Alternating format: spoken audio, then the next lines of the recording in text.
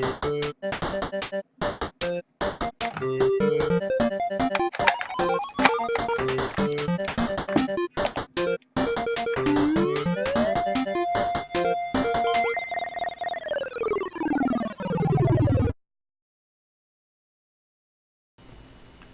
Game Boy, everyone's favorite gray brick capable of entertaining you for hours.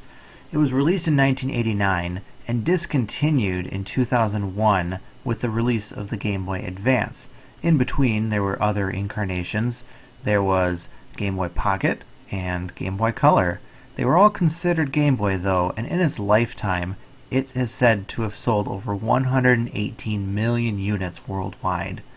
With the success of the Game Boy, Nintendo had full dominance over the handheld gaming market. Others rushed in, but they can only capture a very small share, and that effect is persisting even to this day. I've made this helpful chart to illustrate. In 1995, Nintendo released their Play It Loud series, which was just a bunch of different colors for their Game Boys. They breathed new life into their system, and that's where my story starts. My mom took me to the store, and there was a sale on Game Boys, and that was my very first system. I decided to get the high-tech clear version, so I guess that makes me this nice bald girl right here. The 90s were extreme. Anyway, starry-eyed me wanted a game to play with my newly purchased video game system. Well, I had seen my cousins playing Super Mario Brothers on the NES, and I thought that was a really good game. You got to run from point A to point B, stomp on some turtles, some Goombas, hit the axe, the bridge to put Koopa into the lava. It was really cool. And then you got to save the princess, Princess Peach. Well, we called her Princess Toadstool back then. I saw the Mario name on a game, but it was Super Mario Land, not Super Mario Brothers. I figured, yeah, that'd just be a smaller version of Super Mario Brothers, right? Once upon a time, there was a peaceful world called Sarasaland. In this world, there were 4 kingdoms named Birabuto, Muda, Easton, and Chai. One day, the skies of Sarasaland were suddenly covered by a huge black cloud. From a crack in this cloud, the unknown space monster Tatanga emerged to try to conquer Sarasaland. Tatanka hypnotized the people of all the kingdoms so that he could control them in any way he liked. In this way, he took over Sarasaland. Now, he wants to marry Princess Daisy of Sarasaland and make her his queen. Mario came to know of these events and has started on a journey to the Chai Kingdom where Princess Daisy is held captive in order to restore peace to Sarasaland. Can Mario defeat Tatanga, release the people from its interstellar hypnosis, and rescue Princess Daisy? It's all up to you and Mario's skill. Well, there's your backstory. It's all here in the manual. They really went into a lot of detail in this thing. Sorry for the hokey storytelling, but let's get playing this game. As soon as you start the game, you see that it is not like Super Mario Bros. You start out in Egypt with pyramids and sphinxes and, well, at least there's Goombas. Oh, sorry, Chibibo. And turtles that are called Nokoban and, oh god, well, stay away from those guys, they explode apparently. At the end of each level, there's a fun little bonus game where you can get extra lives or a flower. You've got 3 standard power-ups, your mushroom, which makes Mario big, your flower, which gives Mario super balls, and your power star, which of course makes you invincible. So you make your way through the world and then you get to the final boss. The game still does have that cheese mechanic from Super Mario Bros. You can just hit the button and send him away. Alright, time to rescue Daisy and...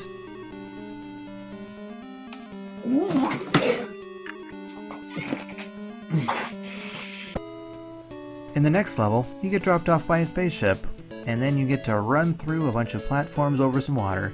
Yes, this is your requisite water world. But you do get kind of a reward at the end, a Gradius-style shoot-'em-up in a submarine.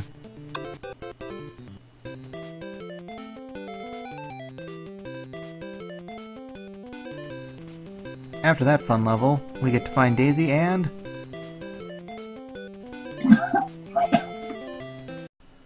Whew, okay, next level, and it's Easter Island. Boy, we're getting our mileage here. Well, the characters here are all Moai heads. There's flying Moai heads, running Moai heads, and the final boss is a rock-throwing Moai head. Okay, well, we'll just get rid of him here and move on to Daisy's room.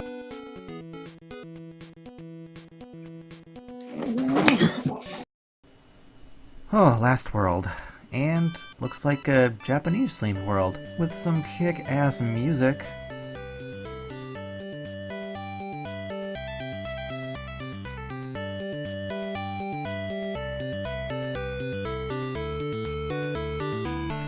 This world is the hardest one, and you would expect that, it's the last world in the game.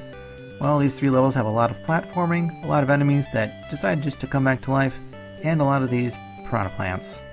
But you are rewarded with another kick-ass Gradius-style shoot-'em-up, this time in an airplane.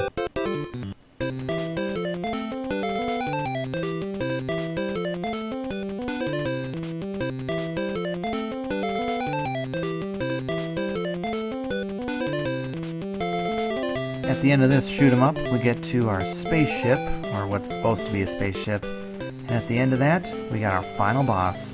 But he's guarded by a little cloud, so we take care of him first, and then the spaceman himself.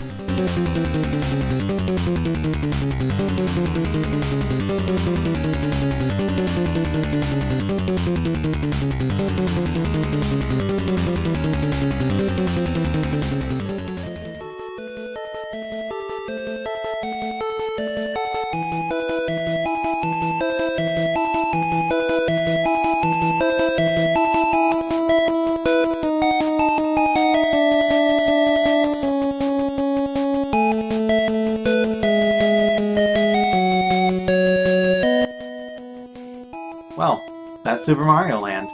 It was a really fun game. Like I said in my video, really liked the shoot-'em-up parts, the marine pop and the sky pop. That just did it for me when I first played this game, and they were really fun to play again. So, what is this game's legacy? Well, it can always be known as one of the very first games on the Game Boy, which helped propel its massive success. I mean, if Nintendo wants to sell something, they make a Mario game, and they always make a Mario game, so this one's no exception. Another enduring legacy is the character of Daisy. We see her show up every now and again, mainly in racing games and in sports games, but I've never seen her in her own main series game. She's kind of a nice partner for Luigi. Mario has Peach, and Luigi has Daisy. And I do remember Daisy appearing in a film. Thank you for watching my video. It's been a real pleasure to make, and I hope to make a lot more. I love the Game Boy, and so I would love to collect and play every Game Boy game out there. And last I checked, it was a lot. So, where do we go now? I mean, there's a whole huge library, and the next game I could play could be anything.